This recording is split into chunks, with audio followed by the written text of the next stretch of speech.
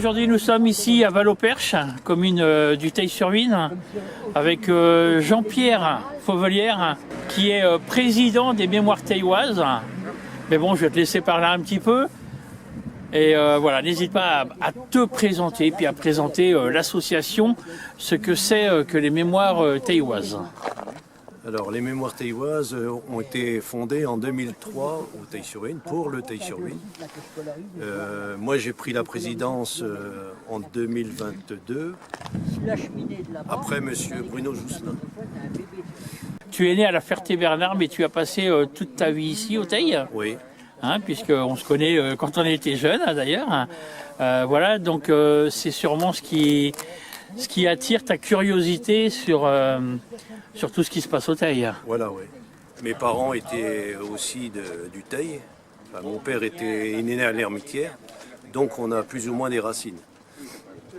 Donc moi, ce qui me plaît, c'est de voir des vidéos comme M. Sursin avait sur le Theil, qui datent de 1936 à 1956, pour voir comment c'était notre commune à l'époque. Oui, il avait vraiment des choses intéressantes, hein, d'ailleurs, en vieux film. C'est vrai que c'est bien de ressortir de vieux films de cette époque. Oui, comme on avait vu l'année dernière pour les 80 ans du débarquement, on avait un morceau du film sur le Theil pendant la guerre. Oui. C'était très intéressant. On a dû faire au moins 300 visites cette journée-là. Oui. Oui, il y avait du monde, hein. C'est vrai qu'on avait fait un petit reportage aussi à l'époque, je me souviens. Donc, les Mémoires Theilloises, c'est vraiment pour mettre en avant le patrimoine ici de Val-au-Perche. Il y a un gros patrimoine ici où tout a été découvert, ou il y aura encore des choses à découvrir, on va dire. À découvrir, oui, parce que, en fait, là, on est sur la restauration de ce là. Il y a 3 ans, on avait remis en place la fontaine qui est en Oui, la fontaine qui est juste là-bas, qu'on voit avec...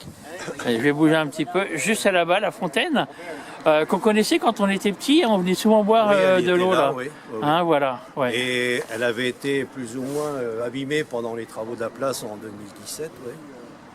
Donc, on a souhaité la remettre En état, en service. Oui. Et après, on s'attaquera, enfin, on est déjà sur le travail du puits. Oui. Voilà, le puits qui se trouve ici, Oui. voilà, au milieu de la place, Des tilleuls. la place des Tilleuls, voilà. Voilà, place des Tilleuls, parce qu'autrefois, il y avait énormément de tilleuls Oui. à cet endroit-là. Voilà. Et donc, on a retrouvé aux archives de l'Orne un devis de construction de ce puits-là. Il daterait de 1838. D'accord. Oui. Il a été... Quand les gens n'avaient pas l'eau courante, en fait, c'est là qu'ils venaient chercher l'eau avec une pompe à bras. Mais c'était une source, en fait. Et après, dans les années 50, ce puits a été fermé et ils ont voulu continuer le service en mettant une fontaine en bas de la place, mais qui est branchée à l'eau de la ville. D'accord, ok. D'accord. Donc là, il y aura énormément de travail pour refaire ce Oui, parce qu'il y a puits. plusieurs intervenants, il y a un maçon, il y a un chaudronnier pour la partie couvercle, oui, un vitrier, et puis bon, donc la partie maçonnerie, un vitrier, et puis la partie électrique pour l'éclairage du puits. Oui, parce qu'il faudra le mettre en valeur. Hein. Oui, voilà, oui. Ouais, donc c'est une bonne chose de ressortir ce patrimoine, Oui. parce que Val-au-Perche est connu surtout pour l'usine Abadie. Tout le monde parle de l'usine Abadie, mais il y a bien autre chose encore. Hein. Oui, oui, oui. Des puits comme ça, il en existe encore d'autres sur la commune. Oui. Il y en avait un qu'on disait dans la rue de la Vallée, il y en a un autre rue de la Croix, qui est pour l'instant invisible. Voilà, la rue de la Croix, là-bas, pour les gens qui connaissent, c'est la rue du terrain de foot. Hein. Voilà, ouais. La seule différence qu'on avait avec l'ancien patrimoine, c'est que maintenant on donne dans le sport. Nous, en l'occurrence, c'est le vélo. Oui, c'est vrai que tu es pas mal branché vélo, toi. Mais c'est pas nouveau, puisque sur Alençon, les galopins du patrimoine, ça fait quand même 15 ans que ça existe. Donc, et c'était une façon de récupérer des membres. On a quelques membres qui veulent s'investir dans les jeunes, que vous avez vus tout à l'heure, enfin, qui sont Oui, il y a combien de membres dans l'association? Ben, je crois que l'année dernière, on avait 13 membres, je crois, mais là, on doit être un peu plus, ouais. Mais si on s'occupait que du patrimoine, je pense que ça serait en perdition. Ouais. Ouais, il faut s'ouvrir sur autre chose. Oui. Et le fait de s'ouvrir sur le sport, comme tu dis, ça permet de trouver du monde, mais des fonds aussi, ou alors c'est très compliqué de trouver des fonds. Il y a beaucoup de commerçants, c'est pas les plus grosses entreprises qui donnent, c'est beaucoup les petites et moyennes structures. Enfin, les petits commerces, ouais, 50 euros, 30 euros. Et puis on arrive à boucler le budget. Ouais. Et la municipalité de Valoperche qui nous aide aussi. Ouais. Faut compter combien pour en tout, tu sais à peu près, pour refaire un puits comme ça, combien est-ce que ça coûterait? On est à 15 000 euros, je crois, le devis de maçonnerie. Le châssis de verre, on serait à 7 000 euros. Et la partie éclairage, pour l'instant, on n'a qu'un devis, on serait à 2 600 euros. Et puis, si on mettait une grille métallique dessus, on est à 4 000 euros. Donc, c'est à peu près un total de 22 000 euros. On peut en profiter pour lancer un petit appel, hein, s'il y a Oui. des gens qui veulent donner, alors, qui veulent... Oui, on va faire une demande de don sur Hello Asso, là bientôt. Et puis voilà, pour éventuellement, s'il y a des personnes qui sont généreux, oui. Enfin, Oui, on peut dire qu'il y a sûrement des gens de Valoperche qui aiment leur patrimoine oui. et qui ne savent pas forcément qu'il y a un puits à refaire. Donc on invite tout le monde à contribuer. Oui. à contribuer, voilà, effectivement. Moi aussi, je cherche mes mots. Je suis un peu comme toi aujourd'hui. Sois pas intimidé, Jean-Pierre. Non, mais Voilà. Alors, ça, tu le coupes. Hein. ouais, non, mais je couperai, il n'y a pas de problème. Et donc, il y aura des événements prévus par les mémoires taïwanaises là, aussi prochainement. On a notre course de vélo qui est avancée au 17 mai. À la place du mois de juin, parce que on avait une course le samedi qui était Marolles-les-Brault avant la nôtre. Et donc on avait moins de coureurs parce que courir le samedi et le dimanche, ça faisait. Oui, pour se reposer, c'est pas Après, évident. on a lancé la deuxième édition de notre vide-grenier qui sera dans le Teil, enfin là, dans la place des Tilleuls, Donc ça sera quand le vide-grenier? le 28 juin. D'accord. On a une exposition théoriquement, on devait faire avec notre ami Patrick une exposition sur les anciens commerces du Teil et une foire aux collectionneurs prévue